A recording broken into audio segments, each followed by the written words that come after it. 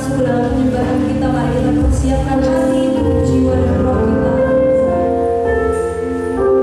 untuk menaikkan segala ucapan syukur kita buat Tuhan Yesus Tuhan.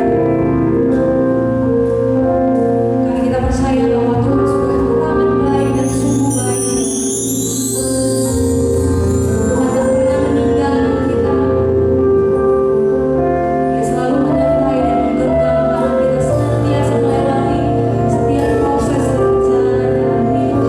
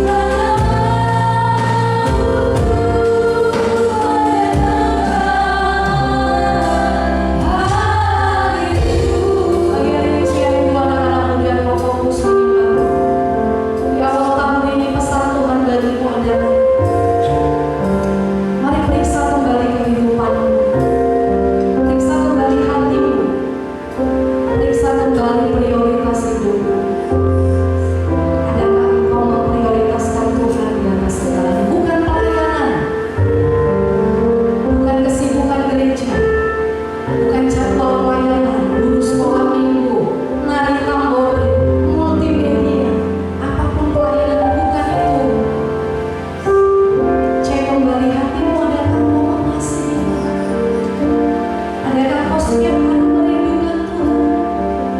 Adakah kau setiap hari ingin dekat sama Tuhan, ingin ngobrol sama Tuhan, ingin cerita tentang harimu dengan Tuhan, atau kau sudah disibukkan dengan segala aktivitasmu, segala macam kegiatan sekolahmu, les-lesanmu, jadwal pelayananmu, sehingga kau sudah lupa membangun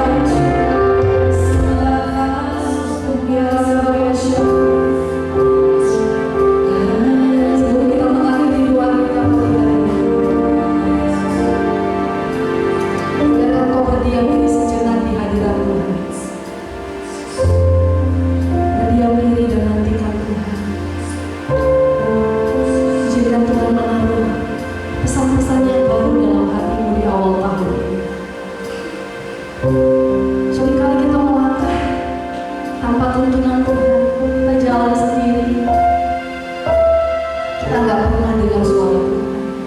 Kita nggak pernah biarin Tuhan taruh sesuatu di hati kita. Saya terlalu percaya Tuhan mengasihi kalian semua di Tuhan. Tuhan mau berbicara secara khusus kepada hati nurani kalian masing-masing. Tuhan akan taruh pesan-pesan khusus di hati kalian masing-masing hari ini. Bicara Roh Kudus dalam nama Yesus. Terima kasih Tuhan.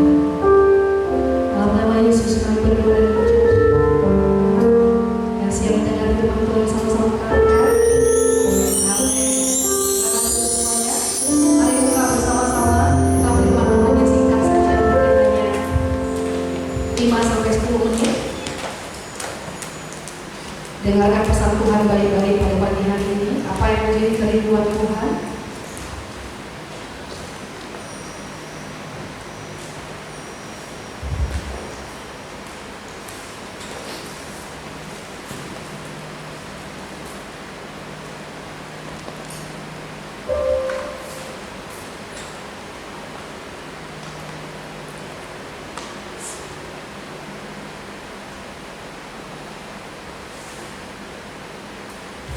Roma 12 ayat 11.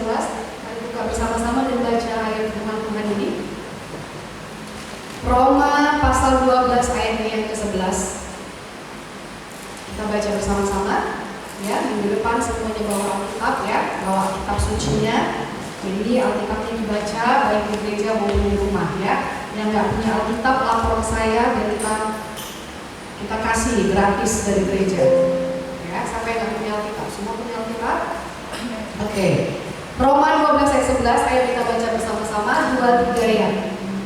Janganlah hendaknya kerajinan kendor, biarlah rohmu menyala-nyala dan layak-layak. Dengar baik ini pesan Tuhan buat anak-anak ini di tempat ini di awal tahun ini. Firman Tuhan katakan, janganlah hendaknya kerajinanmu kendor, biarlah rohmu menyala-nyala dan layani Tuhan.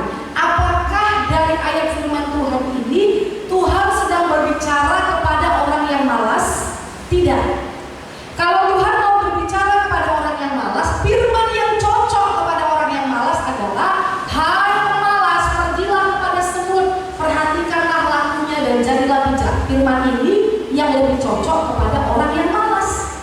Tetapi ini bukan berbicara kepada orang yang malas.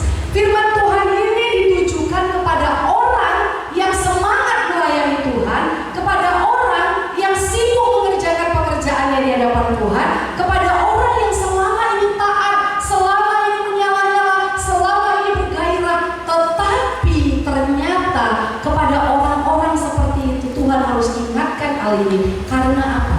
Karena ternyata setiap orang yang taat, karena ternyata setiap orang yang rajin, karena ternyata setiap orang yang sungguh-sungguh melayani Tuhan bisa mengalami yang namanya kelelahan dalam hidupnya. Katakan kelelahan.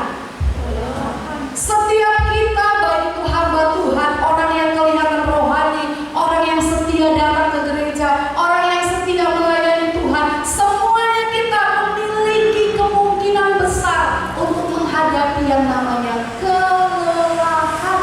Itu sebabnya firman ini katakan, janganlah hendaknya kerajinan kendor, biarlah rohmu menyala-nyala. Artinya apa? Ketika kita lelah, ketika kita merasa capek, Tuhan ingatkan, jangan biarkan itu kendor, tapi nyalakan kembali apimu. Pertanyaannya, bagaimana kita bisa menyalakan api kita? Bagaimana supaya kita bisa tetap menyala-nyala di hadapan Tuhan? Mari buka firman Tuhan di dalam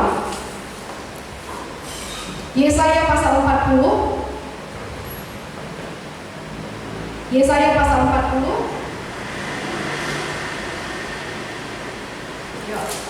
Yesaya pasal 40 ayat yang ke-27 sampai 30. Saya baca ayat 27, teman-teman baca 28, kita bergantian ya. Oke, saya baca 27. Mengapakah engkau berkata demikian, hai Yakub, dan berkata begini, hai Israel, hidupku tersembunyi dari Tuhan dan hakku tidak diperhatikan Allahku. 28. Tidakkah kamu ragu dan dapat mendengar? Tuhan ialah Allah kekal yang menciptakan bumi dari ujung ke ujung. Ia tidak menjadi lelah dan tidak menjadi susah dan tidak kemudiannya. Ayat 29. Dia memberi kekuatan 30. Orang yang muda menjadi lelah dan lesu dan jangan pernah jauh sana. Ayat 31, tolong tampilkan. Tetapi orang-orang yang menanti-nantikan Tuhan mendapat kekuatan baru. Mereka seumpama raja wali yang naik terbang dengan kekuatan sayapnya. Mereka berlari dan tidak menjadi lesu. Mereka berjalan dan tidak menjadi lelah. Ayat ini katakan ternyata Tuhan yang kita sembah, Allah Israel itu adalah Allah yang tidak pernah lelah dalam hidupnya. Wow, luar biasa ya.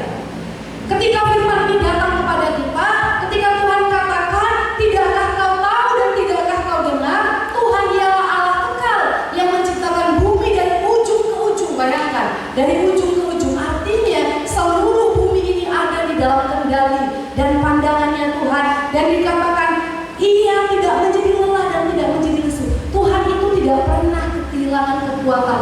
Artinya apa?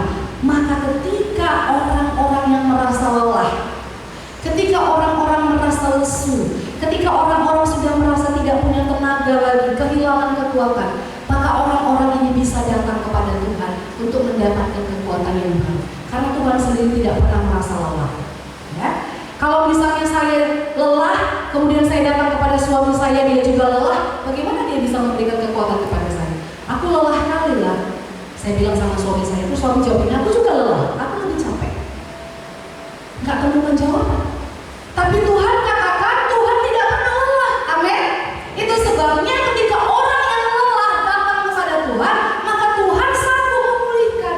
Dikatakan di ayat 31, orang yang menantikan Tuhan mendapat kekuatan yang baru. Kalian sudah dengar ayat ini sering kali. Oh ya, Kak, aku sering dengar ayat itu. Menanti-nantikan Tuhan kan? Berarti aku harus doa kan, Kak? Aku harus baca firman kan, Kak? Betul, itu tidak salah. Tetapi hari ini saya akan jelaskan lebih dalam lagi makna apa yang dimaksud dengan menanti-nantikan Tuhan. Seringkali dalam kelelahan kita datang kepada Tuhan. Kita memang berdoa sama Tuhan. Kita memang baca firman. Tapi habis itu kita kayaknya nggak merasa dipulihkan. Kok masih down ya? Kok masih gini ya? Padahal aku udah doa. Padahal aku udah baca. Saudara, anak-anak muda dengar ya.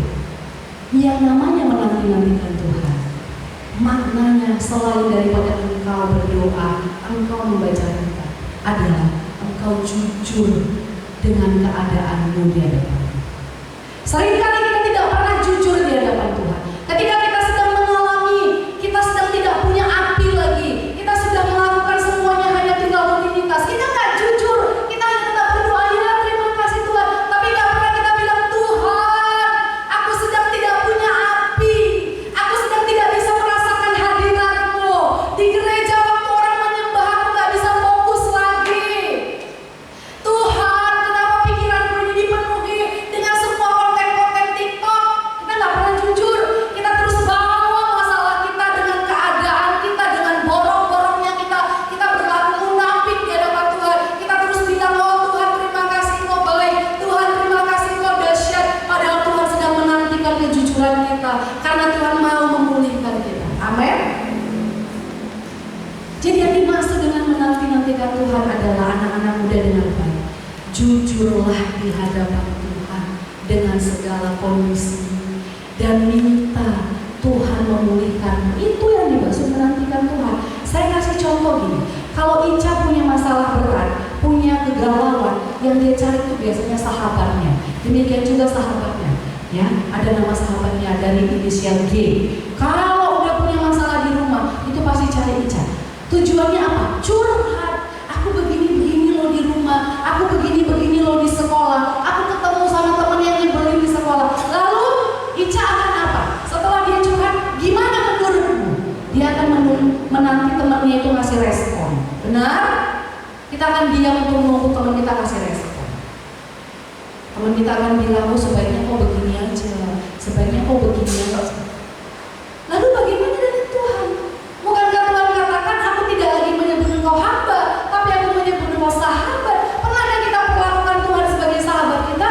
Kita ceritakan apa yang menjadi keadaan hidup kita, kondisi terburuk kita, Tuhan aku sedang gak bisa lepas dari dosa ini, Tuhan aku sedang gak bisa lepas dari kebiasaan buruk ini, Tuhan tolong aku.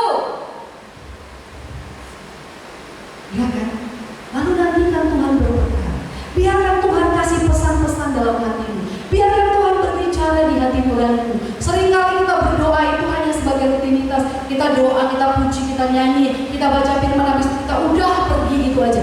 Kita nggak pernah kasih sahabat kita itu kesempatan untuk merespon apa yang menjadi keluh kesah kita. Jadi yang dimaksud menanti-nantikan Tuhan adalah jujurlah di hadapan Tuhan dengan segala keadaan dan izinkan Tuhan menjawab, memberikan petunjuk terhadap keadaan. Biarkan dia berbicara di hati nurani. Dia akan meluruskan jalan-jalan. Amin. Itulah caranya supaya menjaga api tetap menyala. Yang kedua, yang terakhir, bagaimana supaya bisa menjaga api tetap menyala? Api itu nggak bisa dijaga dengan aktivitas atau kegiatan rohani, nggak bisa. Bagaimana caranya supaya menjaga api itu tetap menyala? Menjaga api tidak bisa dilakukan dengan kegiatan aktivitas rohani. Tapi menjaga api itu tetap menyala, menjaga roh kita tetap menyala, itu butuh yang namanya konsistensi. Mungkin yang masih SMP bingung ya, konsistensinya apa? Coba sebutkan aja deh, konsistensi. Konsisten dari kata konsisten. Konsisten itu apa? Konsisten itu teratur. Konsisten itu tidak berubah-ubah. Jadi untuk menjaga api itu tetap menyala, contoh kalau kita nyalakan api pelita, tapi nggak konsisten kita isi minyaknya, itu pelita nggak akan bisa terus menyala. Dia harus konsisten di dalam terus ada minyak. Begitu juga dengan kehidupan kita. Kita butuh yang namanya konsistensi. Konsisten dalam apa? Dalam membangun hubungan kita sama Tuhan, dalam membangun fellowship kita sama Tuhan. Nggak bisa dalam sebuah ibadah KKR kita diurapi, terus kita menyala-nyala, kita nangis, bukan hanya air mata yang keluar, tumpus keluar semuanya. Udah, kita dilawat Tuhan, bahkan ada yang rebah, nangis, terseduh-seduh, tapi kita nggak konsisten, nggak kita pelihara. Hitungan minggu, api yang tadi menyala-nyala waktu dapat KKR itu, hitungan minggu aja, itu yang menyala-nyala tadi itu akan redup, karena nggak dipelihara. Begitu juga dalam hidup kita. Jangan pikir ya udah nanti hari Minggu aja, aku dengar khotbah, kami nyanyi di gereja nyembah Tuhan, oh hari Minggu itu kayaknya enak banget ya, segar gitu, terima firman, ketemu teman, tapi nggak dipelihara. Hari Selasa sampai hari Sabtu, ujung-ujungnya kita akan padam, kehilangan gairah dalam Tuhan, kehilangan semangat dalam Tuhan.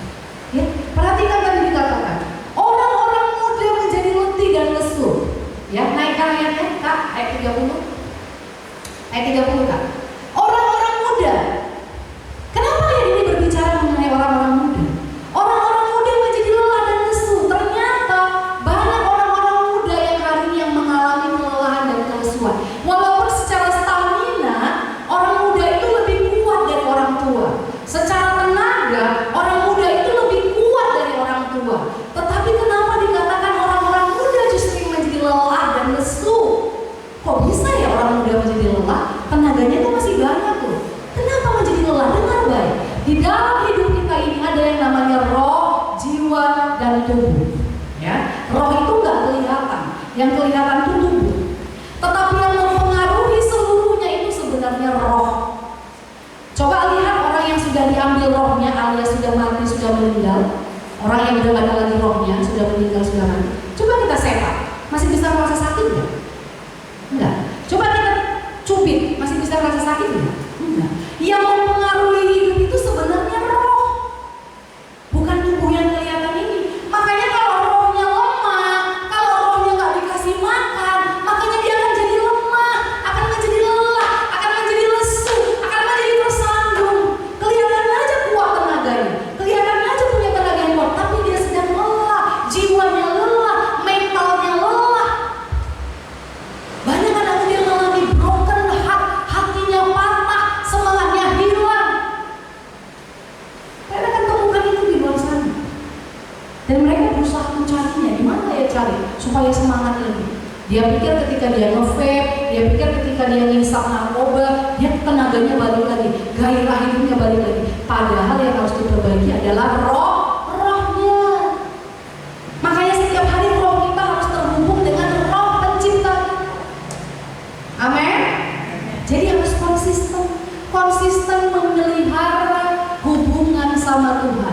supaya roh kita tetap connect sama roh yang memiliki kehidupan.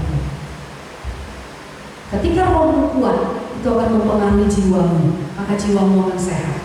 Ketika jiwamu sehat, itu akan mempengaruhi tubuhmu, tubuhmu juga akan kuat.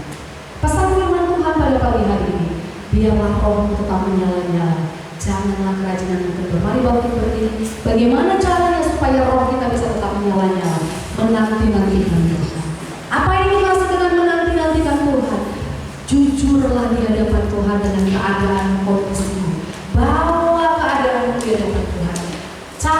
Katakan apapun keadaanmu, apapun yang membuat engkau hari ini merasa tidak nyaman, merasa engkau lelah, merasa engkau capek, nyatakan di hadapan Tuhan. Mungkin kau gak bisa lagi menyembah Tuhan, kau cuma bilang, Tuhan, aku lelah dengan semua tugas-tugasku di sekolah, dengan semua jadwal-jadwalku. Tuhan, aku lelah dengan keadaan keluarga. Bantu aku Tuhan, tolong aku Tuhan. Maka Tuhan, firman Tuhan katakan, Dia yang akan memberi kekuatan. Dan nantikan Tuhan berbicara di hatimu, memberi penghiburan, memberi jawaban, memberi tuntunan. Dan yang kedua, bagaimana supaya roh tetap menyala-nyala, konsisten membangun hubungan. Gak bisa hari ini, besok enggak, lusa iya, besoknya enggak. Harus konsisten. Mari tutup mata dan tundukkan kepala kita berdoa untuk firman Tuhan. Terima kasih buat firman Tuhan pagi hari ini. Biarlah firman ini termakai dalam hati kami, dalam pikiran kami. Roh Kudus yang mengurapi firman dan menjadikan firman ini bertumbuh berbuah dalam hidup kami. Terima kasih Tuhan. Di dalam nama Yesus kami berdoa dan bersyukur. Amin.